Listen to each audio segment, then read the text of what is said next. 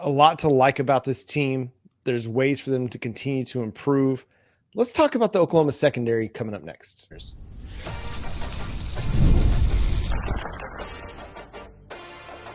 You are Locked On Sooners, your daily podcast on the Oklahoma Sooners. Part of the Locked On Podcast Network, your team every day. Once again, thanks for making Locked On Sooners your first listen every single day. Shout out to all the everydayers out there. Tune in and subscribe to the show wherever you get your podcasts. We're part of the Locked On Podcast Network, your team every day. So, Joey Aguilar has a really big yardage day against the Oklahoma Sooners. Throws for 396 yards, throws for a couple touchdowns, has some big plays, has some big moments, was kind of efficient for the most part, but did have a couple of interceptions. So I think it has people wondering about this secondary because you give up so much passing yardage. You had some big plays given up against Ole Miss the week before. How concerned are you about the Oklahoma Sooners secondary moving forward? I ain't got no concerns. We faced the two best passing offenses we're going to face for the rest of the season. Alabama will be the third best, so there will be a challenge there, guaranteed. But going to Missouri, LSU, things should get a little bit easier in that capacity just because of how their situations are going right now. But we just went up against two really good offensive geniuses. And honestly, you could throw Sark in there when it comes to, scheming up an offense. This secondary made it really hard to do that. No matter what you do, no matter how good your defense is, when you're going up against really good quarterback play, you're going to run into some challenges. And what we did was we forced Tennessee to be a one-dimensional team, a team that they don't like being, which is a team that only passes. Now, granted, you wouldn't think that, especially with Josh Heupel being a tempo guy. No, he is an established the run dude.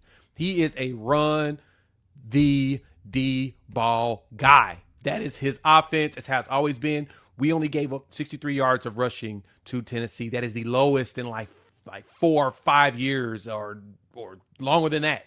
Tennessee always runs the ball. That's what you want. So when it comes to the pass game, you're dealing with elite wide receiver play. Like Alabama's going to be a challenge. Now, last year, we made it hell for Jalen Milroe and all those wide receivers, Ryan Williams. They had a challenge. Ty Simpson is more of a quote-unquote statue type quarterback. He's going to stand in the pocket, tall and strong, and he's going to launch it. So for us, it's all about doing what we did to Joey Aguilar and putting that pressure on that boy. If we keep him pressured, it's going to be tough. Now, the last thing, though, I wanted to point out, and I think that this is something fans don't get, John. I think this is the one thing they miss out of how this is set up. Some plays are set by design. Some situations are set by design to give up. Sometimes those underneaths are given up on purpose. Don't get dusted deep. Give them the shorter one and make the tackle in space. Now, some of those plays we didn't. That 54-yard touchdown, we did not tackle in space like we were supposed to. That's on our team trying to get a big hit instead of grabbing those ankles and pulling them to the ground, especially when you're dealing with dudes that are just very talented. Cortland Guillory is going to learn from that as a true freshman. He'll grow from it. But that dude was Chris Brazel was out there getting 100-yard and touchdowns on just about everybody he's playing up against. 63 yards, 6 catches. He was not as big a factor as he normally would. They didn't have a single receiver over 100 yards receiving in that game. That tells you something. They had to spread it around. He had to get rid of the ball fast. They were putting in players they ain't played before because they tried to find a way to trick us. Yeah. And that dude dropped the pass, hit him right in the back of the head. Right in the face, and just mask. fell. Yeah. And on him, it was, what was that, Taylor Wine coming off the edge super strong to where he had to redirect his route. So he wasn't in the spot where he thought he was going to be. And as soon as he turned, the ball was already there. He was waiting for it to be there a second later because he wasn't at that spot yet.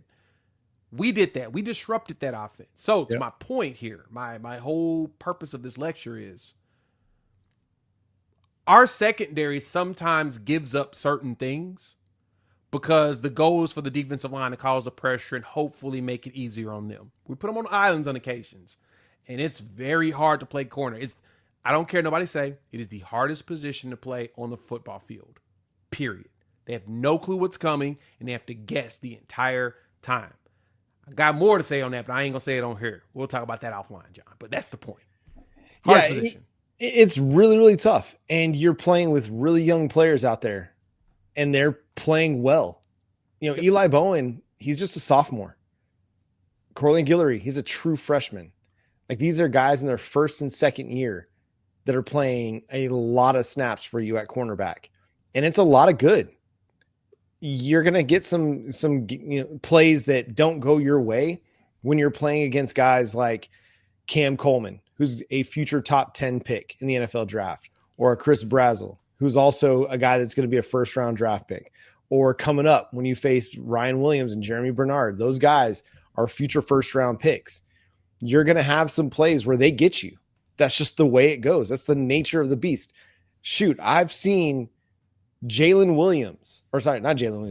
Ramsey, the elite cornerback in the NFL, get beat by guys that are like wide receiver 2, wide receiver 3s on teams. Yep. It's just the nature of the position. Sometimes you're going to get beat. That's the way it goes. But it's a really solid group that's developing and getting better and better and better. And you got to love the potential and the ceiling for guys like Cortland Guillory, because he's already playing good ball. And the coverage was not the issue this week. It was the tackling. It was the fundamental tackling that was the issue. His coverage was on point. When he was challenged in 50-50 situations, he came up big. The pass interference one, that was terrible. He got penalized because Joey Aguilar underthrew a ball because he was getting hit as he threw it. And that should also be considered in the same realm as uncatchable as an overthrown ball. There needs to be some look at that. But I don't blame him for that. If the ball goes further down the field, he's still in a good position to make a competitive play on the ball. He only gets penalized because the ball is getting underthrown. But I thought he played a really good game. I thought Eli Bowen, Jacoby Johnson played a good game. I thought Robert Spears-Jennings responded well after the first drive. I thought Peyton Bowen was physical, like maybe the most physical game that we've seen out of him. Yep. And I don't know if we've talked enough about how much the physicality that Oklahoma brought to the table, how much that slowed down Tennessee's rhythm and took them out of a rhythm, because they had dudes that were getting banged up like crazy and stoppages of plays and things like that. And the secondary added to that. There were a number of times where wide receivers were down on the field for a minute, and it took Tennessee out of their mojo, out of their rhythm, and they couldn't play up tempo because they were having to stop for injuries. Yeah. I think that played very much into Oklahoma's favor. But listen, is it a perfect secondary? No, but it's a secondary that's getting better all the time, and they're playing really competitive ball. You know, it's funny you point that out, John. To play the physical game of football that y'all like, there will be collateral damage. Mm-hmm. And we notice whenever we play our opponents, they have a tendency of having dudes go down a lot more than us. Yeah. Knock on wood. Ain't that crazy? Ain't that just is it a coinky dink is what I'm asking more so than anything. It's not. The offensive dudes end up going down. Why? Because our defensive dudes are physical, man. Like, they're out there. They're dogs. They're out there to wreak havoc. David Sanders went down for a bit. They had another lineman go down. They had to swap out. They had to shuffle players because of how we were leveling folks. And we get back healthy. If our Mason comes back to himself against Bama, don't be surprised if you see some of them Bama players go down the next game. It's not purposefully. It's just we go out there and we push them like crazy, and we're disruptive. That's what y'all wanted. The most disruptive defensive line in the country, period. Yeah, and it works its way back to where the linebacker level, they play physical at the catch point. They're separating the ball from guys. The secondary is doing the same. They're separating the ball from guys. And there were, I think, 2 that I remember. Kip Lewis had one. Peyton Bowen had the other one, where a clean physical hit separates the receiver from the football and causes an incompletion.